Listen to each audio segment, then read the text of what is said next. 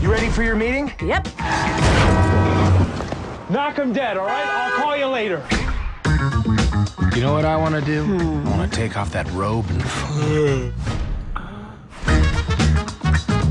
Why are you not at work, George? Oh, no, I got fired. Hello, welcome to What the Flick. We are talking about Wanderlust, which features a whole lot of naked penis. Although it's prosthetic, it's not really Joe Latrulio's cock. Sorry, spoiler. I'm Christy, this is Matt, this is Grae, this is Alonso, who has not seen the movie, but he's going to hang out and just be handsome. Well, I'm the designated Ben Mankiewicz this week. To the show, I didn't see the movie. You're in the Ben seat. Ben is doing the day job, ergo he is not with us. We're talking about Wanderlust, Paul Rudd and Jennifer Aniston, and it's a very sketch comedy kind of thing, is it not? It is. It's mostly a story about this couple from New York that they both are out of money. They can't afford their house, so they move to Atlanta to move with Paul Rudd's idiot brother-in-law, or idiot brother, played by Ken Marino. He does have an idiot brother. He does have an idiot brother. He is not the idiot brother. And his wife, played by Jennifer Aniston. On the way, they end up in this kind of commune or planned community, I guess. Intentional community. Don't call that it they think cult. is a bed and breakfast and is a bunch of crazy hippies. And hilarity ensues. It does. Take a look. As soon as we can get back on our feet, we'll come back to New York. But right now, my brother's offering me a job, and Atlanta's the best place for us to be. My homeless brother, where's your cardboard box? And Linda, oh my God. Your body is redonkulous. Rick, I think you're making everybody uncomfortable. Oh, everybody knows what I mean. Let's get the hell out of here. All right, I cannot be in this car anymore. Elysium bed and breakfast. You looking for the B&B? There's another half mile. You can't miss it. Leave? Yeah. Oh, no. Oh my God, it's coming out! So he wants to make a suit out of our skin. You guys okay? My name's Wayne, by the way. I'm a nudist. Oh, yes, we noticed your penis earlier. Touche! All these people live here. This is a commune. We prefer intentional community. We're not a bunch of hippies sitting around playing guitar. Woo! Welcome to the Elysium community. It's not like we're signing a lease. We'll give it a month. 2 weeks. I was watching this, we're clapping quietly. I was watching this thinking what a great double feature it would make with Martha, Marcy, May, Marlene. because they're both about people who like get sucked into these communes and they get brainwashed and it's very insular and they both struggle to escape, but one has poop jokes and naked penis and the other does not. And the other is Wanderlust. But I'm pumped. We're all jumping to that joke. Yeah. So I think a lot of this is just your expectations going into it. Like if you expect a cohesion and narrative momentum, you'll be very frustrated. It's a one-note joke in the movie. It's like hippies are crazy, and we saw that during the Occupy protests. But luckily, I mean, under these people's watchful eye and incredible skill, it like is really, really good. Anybody else doing this movie would have.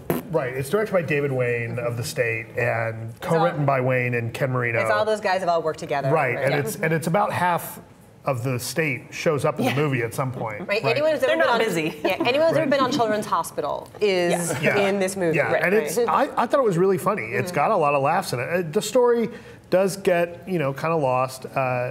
But I don't think that the hippie stuff, like, it doesn't really wear out its welcome. They managed to actually mine it continuously and still have some pretty good jokes in it. I feel like it really fizzles toward. I'm looking at you like you know, Alonso. So, Alonso, when you see it. Okay, yeah. I'm seeing it tonight. I am seeing it tonight.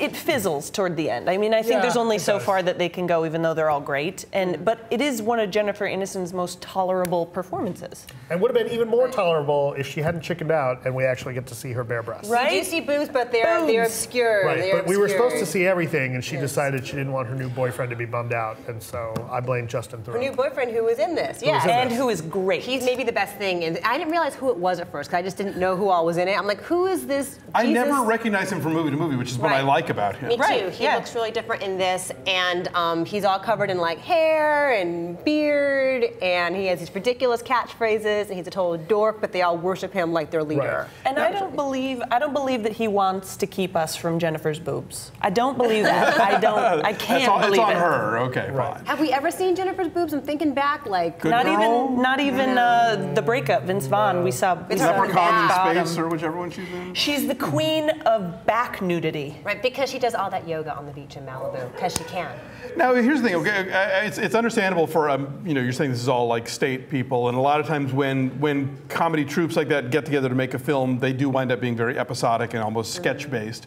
But these guys also did Role Models, yes, which was very much a cohesive 3-act strong narrative with characters. But this is not that. Okay. No. This is more like if you saw The 10, right? Or if you've seen any episode of Children's Hospital, like little bits here and there that sometimes work, sometimes don't. Wet Hot American Summer, right? Which is very funny, but mainly episodic. Like there's not a real right. I feel like Wanderlust is like the stepping stone between Wet Hot American Summer and Role Models, because that's like his David Wayne's strongest movie, and this one was like tolerable.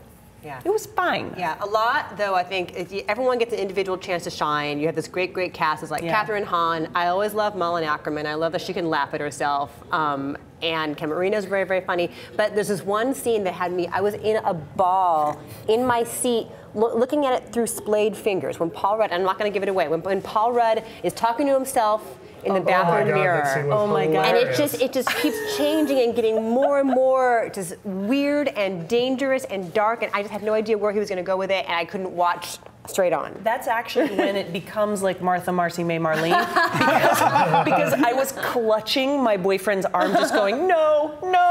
Right, like how much worse can this get? Right. And they keep going. Right. They keep going. They do keep going. And they include it in the credits too. Right. You get the a outtakes sense. of the credits. You get a sense, really funny. though, that the outtakes aren't really that different from the actual movie that we just saw, because you know that a lot of it was improv. The thin line between. It is. Yeah. No, it totally is. So anyway, should we do numbers?